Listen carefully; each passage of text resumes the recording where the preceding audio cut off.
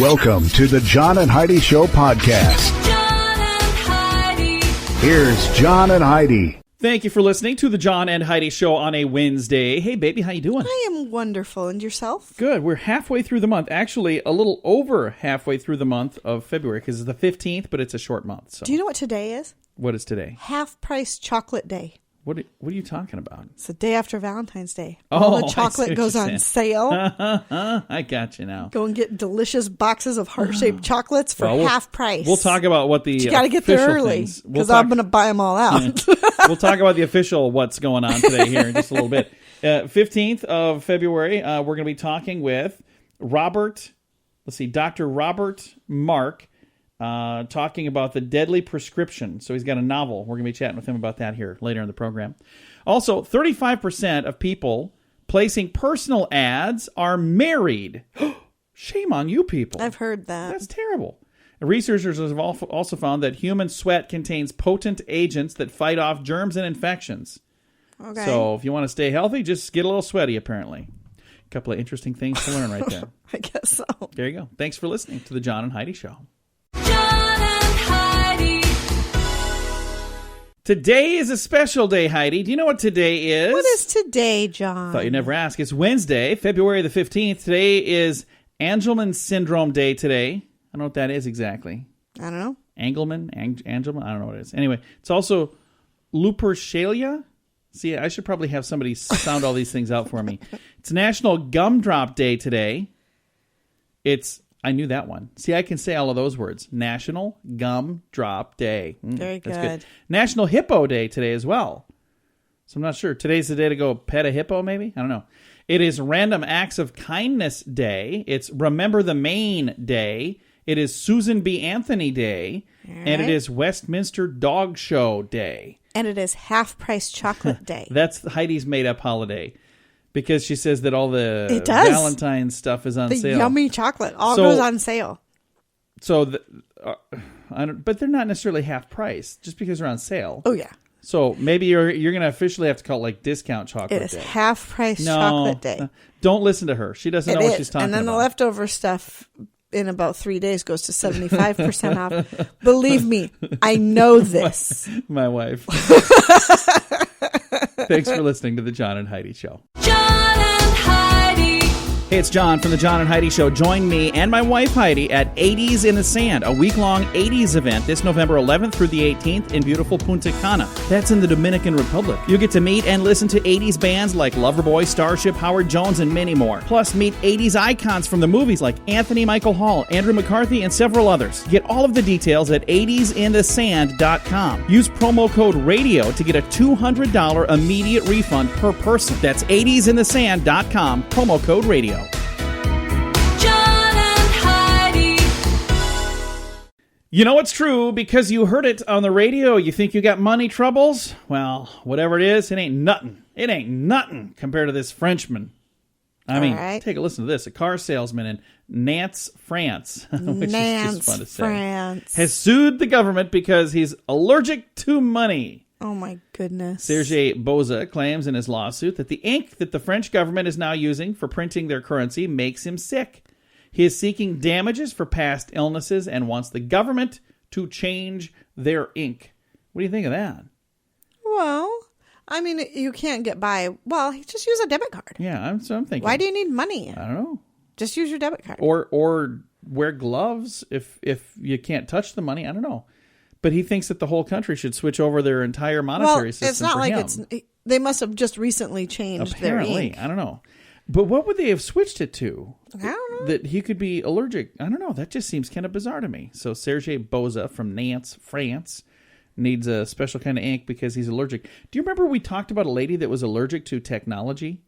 Yeah. That was a while back. But, like something to do with like the processors and computers and things that are in newer televisions. And anyway, it emits some sort of signal that made her ill. And she couldn't go anywhere. I know, or so do she had to stay ever. like out in a cabin in the woods to not get sick. And I was thinking that would really stink. But you know what?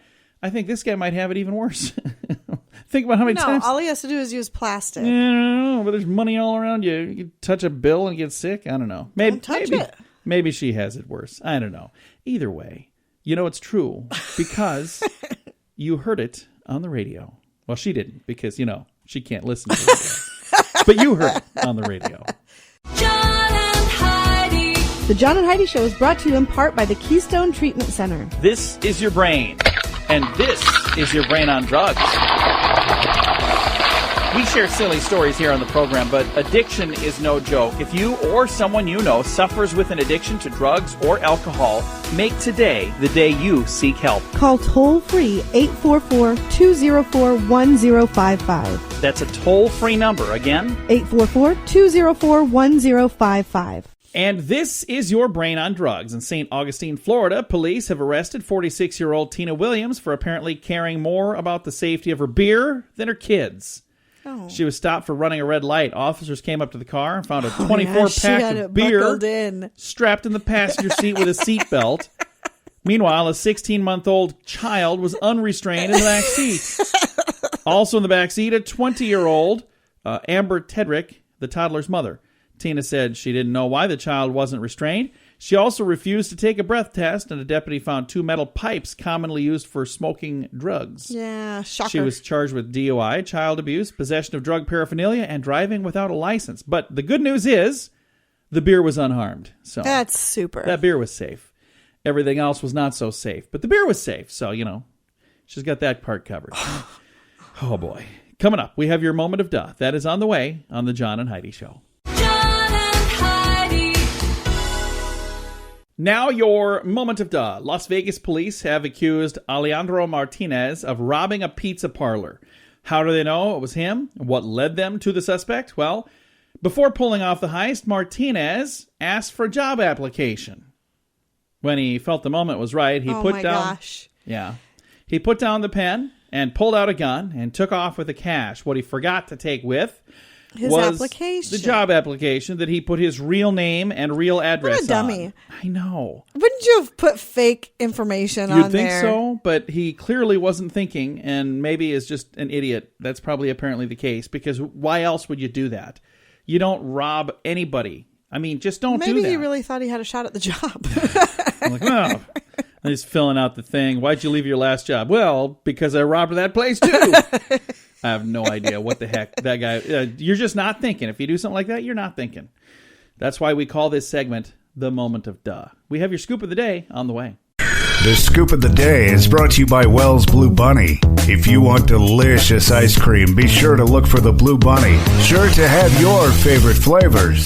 Learn more at bluebunny.com. Now your scoop of the day. First of all, this week in history, it was back in 1985 that the French mineral water company Perrier debuted their first new product in 123 years. You know what it was? What's that? Sparkling water with a twist of lemon, lime, or orange. Do you remember that stuff?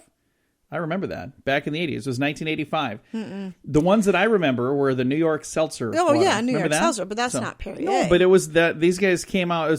That was like a big time for that same product. I am not a fan of sparkling water. I don't like the bubbles. I like water, but I'm not a sparkling guy.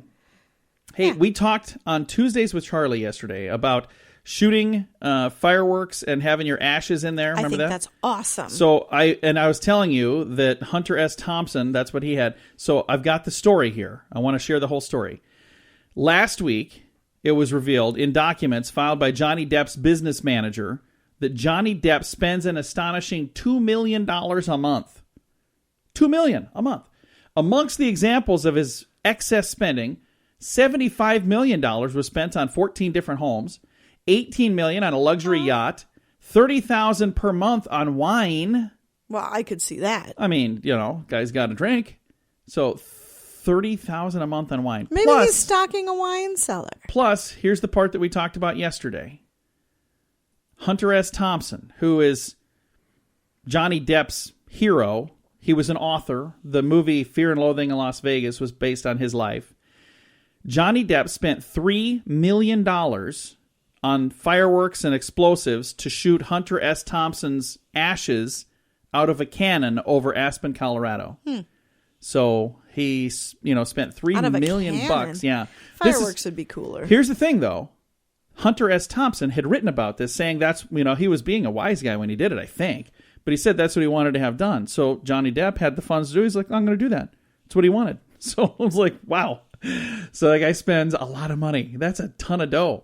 $2 million a month. You know what? If he's got it, I he's know, got it. and it's Whatever. his. He can do whatever he Yeah. wants with it. I just think that's really interesting. And I can see where if a lot of it is going to just maintaining his homes, I can see that. He's got all those homes. Hey, 14 homes. Yeah. All right. That would be very, very expensive, I'm That sure. would be. Just the taxes alone on all those properties are out of this world. All right. And the wine budget, I don't think, is out of line. He's probably got to stock a wine cellar in every one of those homes. Back to work. According to a study published by the New York Post, people are no longer dieting as much as they have in previous years. Yeah, we've all pretty much just given up on that. Anybody that has a Google Home may have been surprised last week when they were watching that special game because Hello Google responded during the Super Bowl commercials. So if they were watching TV, if they were watching that, their Google Home was talking to them because it was triggered by the commercial during the game, which is kind of crazy. What the heck is a Google Home? It's a new device. Well, that's what they advertised in the game.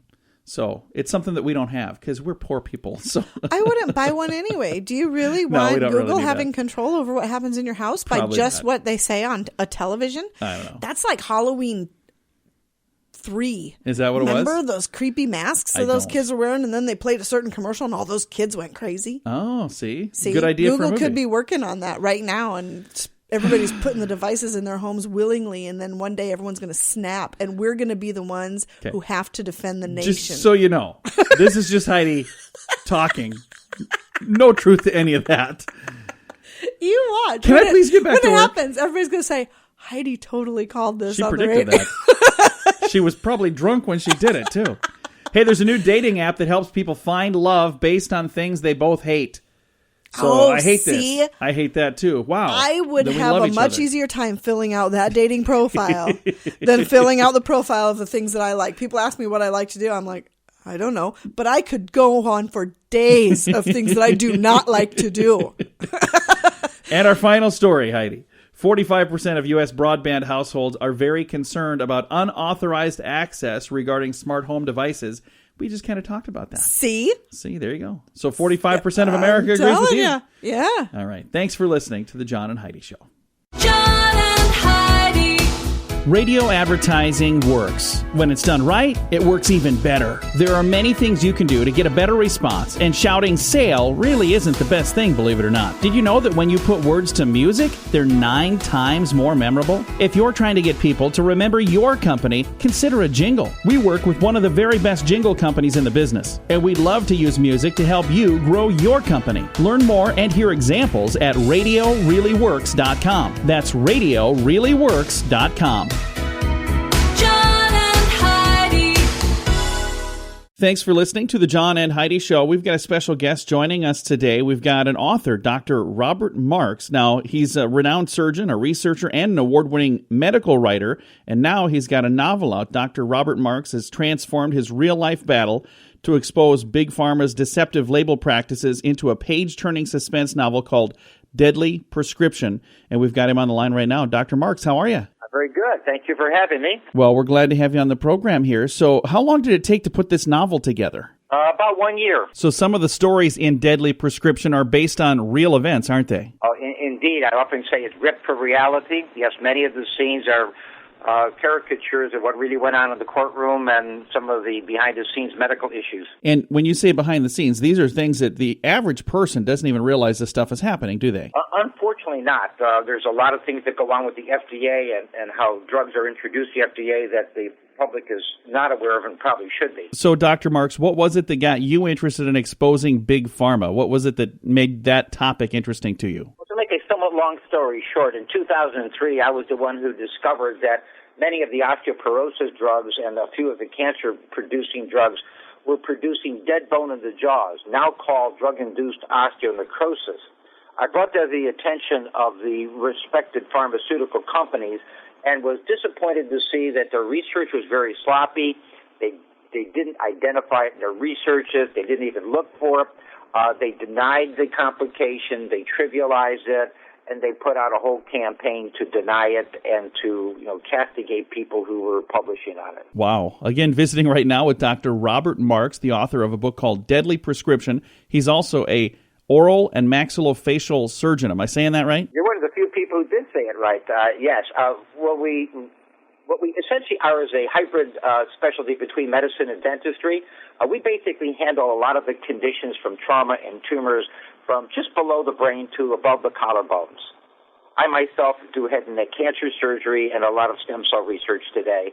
So it's an exciting time, but that's our area of anatomy. So the book is out now. You're exposing Big Pharma. What kind of response have you gotten from Big Pharma over all of this? From them, threats, accusations, denials, trivialization. They were very resistant to it. They thought that we were crazy. They were basically fighting it all the way. They still are. Our guest today, Dr. Robert Marx. Now, you've written some medical papers as well, but when you put this book out, you decided to do it as a novel. Why did you choose to do it as a novel? Well, a very good question, and the simple answer is that this involves the average public and the people who are taking these medications. If you do this through an academic discussion, it stays cloistered within us academic environments and with the drug companies and perhaps the courts.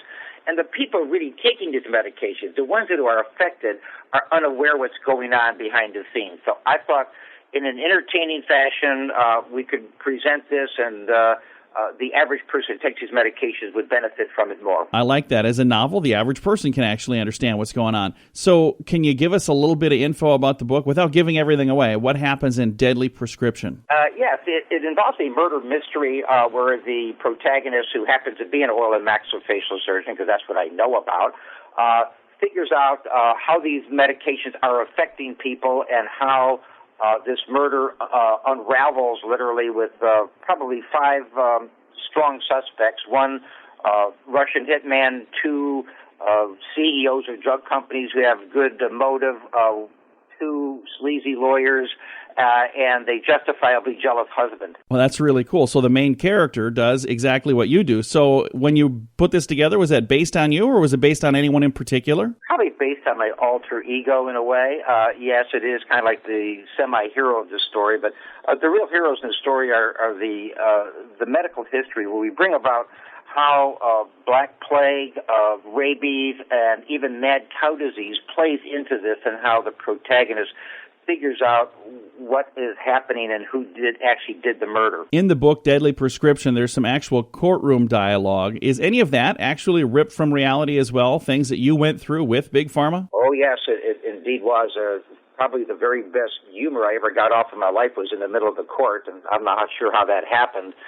To make a long story short, the opposite side was trying to paint me out as a mercenary who was just testifying for the monies that the lawyers pay to testify. But actually, all the money was going to the University of Miami to reimburse them for the time that I was spent away from my duties here. So they finally went through my CV and mentioned some lecture I did in Snowmass, Colorado, and tried to imply that I was staying around there enjoying myself after my lectures. And the attorney, in a very sarcastic fashion, looks at the jury and spins around and says, "Dr. Marx, do you ski?" And I said, "No, sir, but I've been going downhill for years." And the jury broke up. The judge broke up with that. That one actually happened. The rest of it is ripped from a lot of the courtroom scenes. Yeah, I was disappointed to see the cat and mouse game that would go on, and how attorneys find everything you've written, including some of your high school themes, and try to use that to impeach you. Oh, wow. Yeah, I never really thought about that. Yeah. But you know what? I'm proud of you for using some humor during that situation. That's fantastic. It was. He just set me up for that one. Our guest today, Dr. Robert Marx, author of Deadly Prescription. Where can we find a copy of this book, sir? Amazon.com is the best way to find it. That's who's selling. It's produced by prominent publishers out of Clearwater, Florida.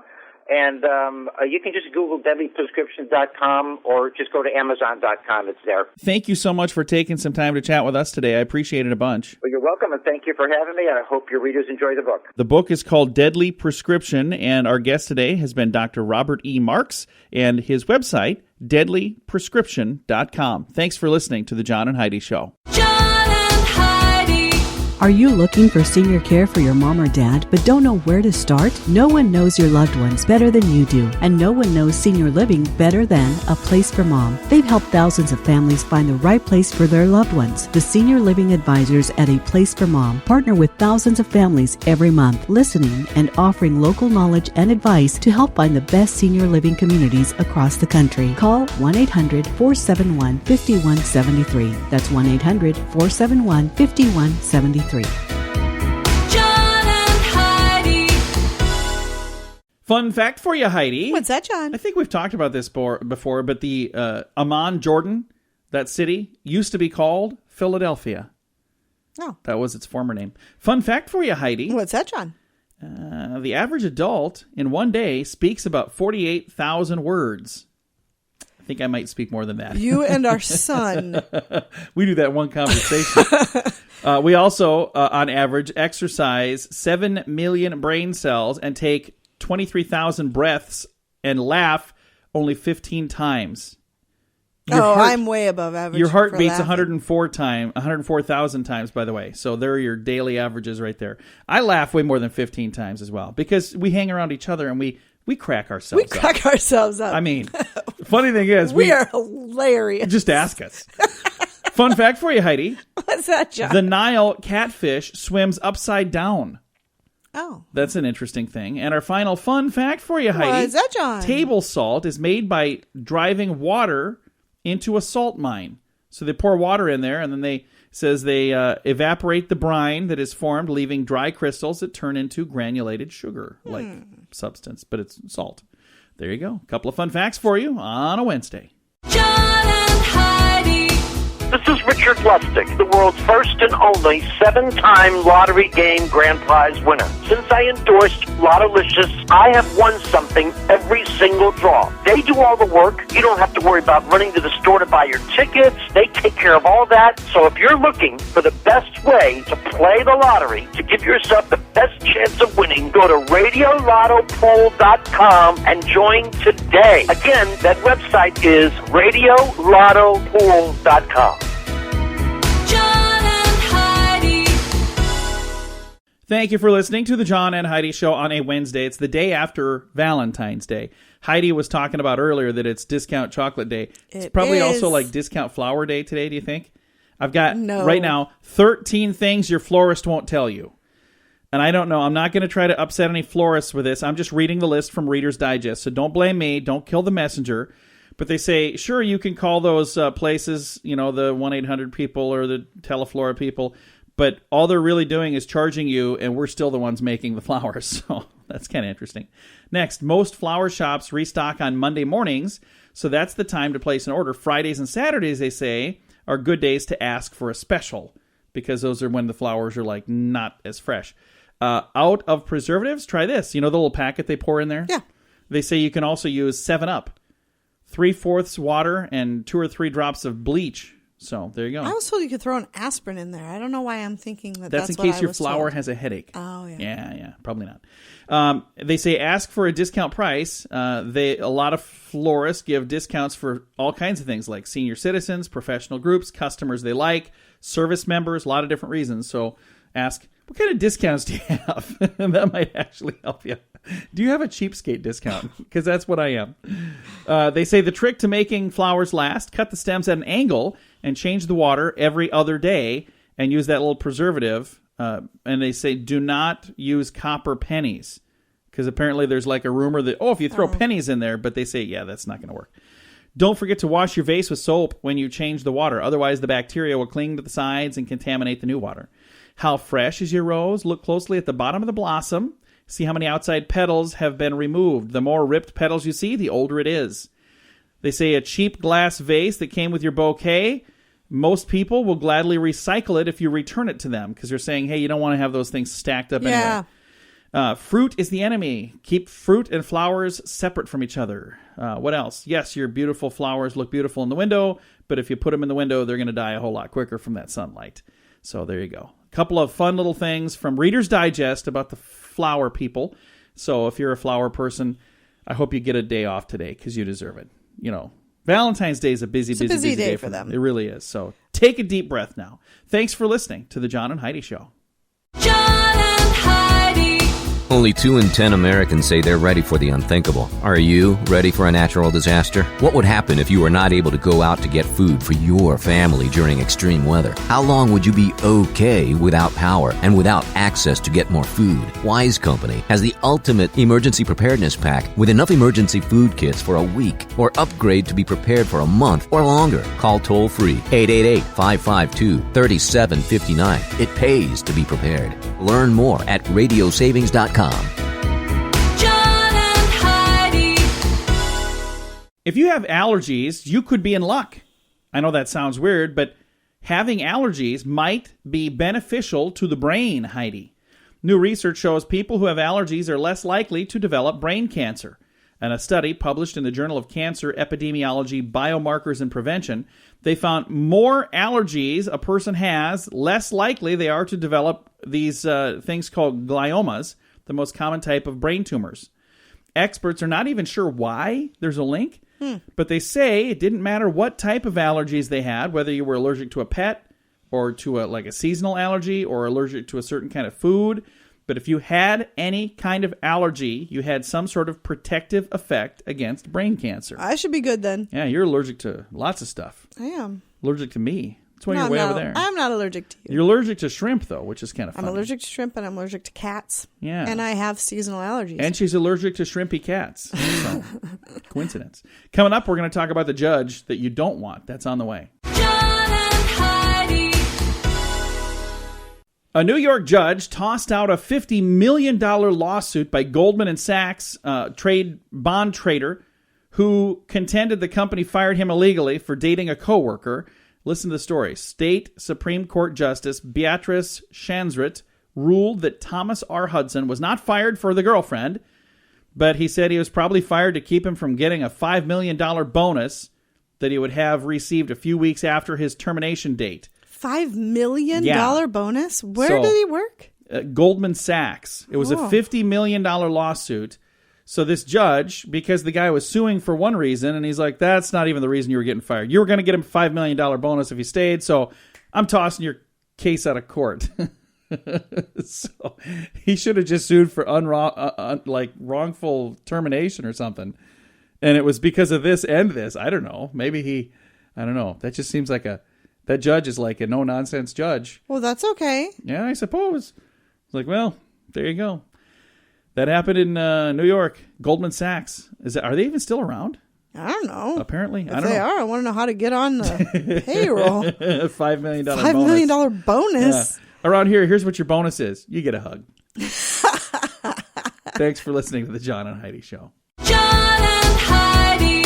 Do you shop online? Do you like to save money? Save money with Honey. Let me explain. Honey is a really smart tool that's free to use. I'm not really an online shopper. I get as many things locally as possible, but there are some things you can only buy online. So when I heard about Honey, I thought, what the heck? It's free. I'll give it a shot. The very first time I used it was for a domain name. It's usually $12.99. Honey searched the internet and found me a discount code, so I bought it from the same exact website for just 99 cents. So I saved $12. It's absolutely free, so what do you have to lose? Check it out at SaveMoneyWithHoney.com. Have you ever been the target of rude behavior at work?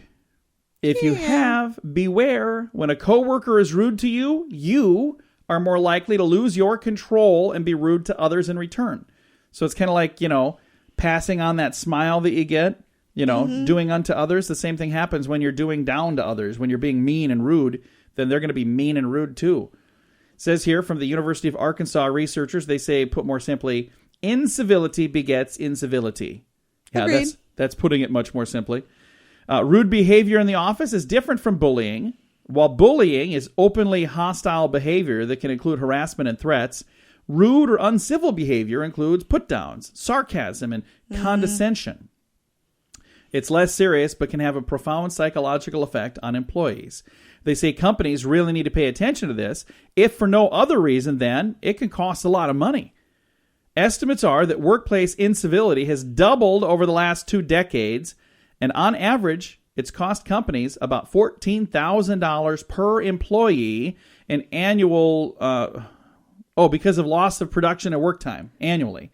And you I'm go. sure because of loss of employees, because you're only going to put Yeah. up with that for so long. So then you've got to invest in training somebody new. And Yeah. Lead author of the study, Chris Rosen, a professional of management at the Sam M. Walton College of Business, said the study found that experiencing rude behavior increased mental fatigue, which reduced the employees' self-control and led them to act in a similar rude manner later in the day. So there you go. Here's the thing that's really sad.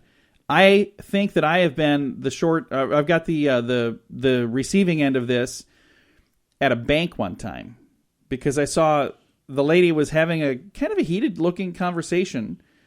And then, I show up and I was a customer trying to make a deposit, and she was really rude to me. And I was like, everything okay?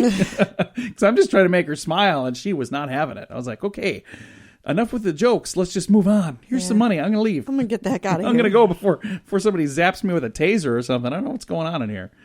Anyway, good news. We have some good news on the way. John and Heidi. This portion of the John and Heidi Show is brought to you by the John and Heidi Show. That sounds kind of funny, but it's true. Go to your local radio station and ask them to start carrying the John and Heidi Show. Here's the best part. They can carry the show for free. They play a couple commercials, but it doesn't cost them anything every month. So if you know a radio station that could use a little bit of help, send them our way. Send them to johnandheidishow.com. Again, johnandheidishow.com. We would love to do a radio program in your community. Then you could listen to the podcast and listen to us on the radio. John and Heidi. Got a couple of good news stories for you here today, Heidi. One Okay. is from Men's Fitness, and the other is from Women's Day. So, All right. it's like an equal opportunity good news day. Spending time developing a backup plan. Do you think it's a good idea to have a backup plan? No. You're right. It may be preventing you from achieving your goals. A new study reported in an organizational behavior and human decision process. Subjects were asked to complete a task with or without an alternate plan. Those who had extra options had a lower level of success than those who had fewer options. They showed less desire to succeed. Bottom line, they say it's okay to have a plan B, but A is the best for attention. So if you're saying, I want to focus, just focus on plan A. I remember talking to an author about this. I feel like if you have a plan B, you're planning to fail. Yeah. Plan A. So you talked to know a you're dude. going to fail. So I've got this one set up when I do. I remember talking to a guy that had a book, and I don't remember the title. It was something along the lines of "Don't have a backup plan," or Plan B is a bad plan, or something like that. I don't know. It was a long time ago, but I remember he said pretty much what they just said. He just said it so much more eloquently than I just said it. Now moving on to Women's Day. That was for Men's Fitness.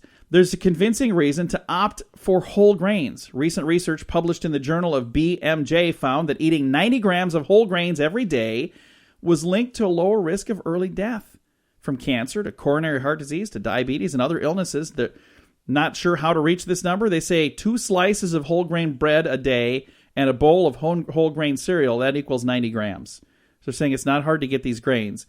And by having those grains, they're saying you have a lot of health benefits. So thank you to Women's Day for that info. There you go. That's some good news. That is good news. I've got to find some more good news, the kind of good news that I like. They're like the heartwarming stories. The ones that make you cry Yeah, on the but radio. lately I have not been spending as much time on Facebook, so I don't see them as much. So if you do have a good news story like that, share it on our Facebook page. And that's also where you go if you would like to have your Dear John letter read on the radio tomorrow. Facebook.com/John and Heidi Show. And if you submit a nice Dear John letter, maybe you'll be chosen to be read on the radio tomorrow. All right, time to say goodbye, Heidi. Goodbye, Heidi. Goodbye, everybody. Have a great day. Thanks for listening to the John and Heidi Show on a Wednesday.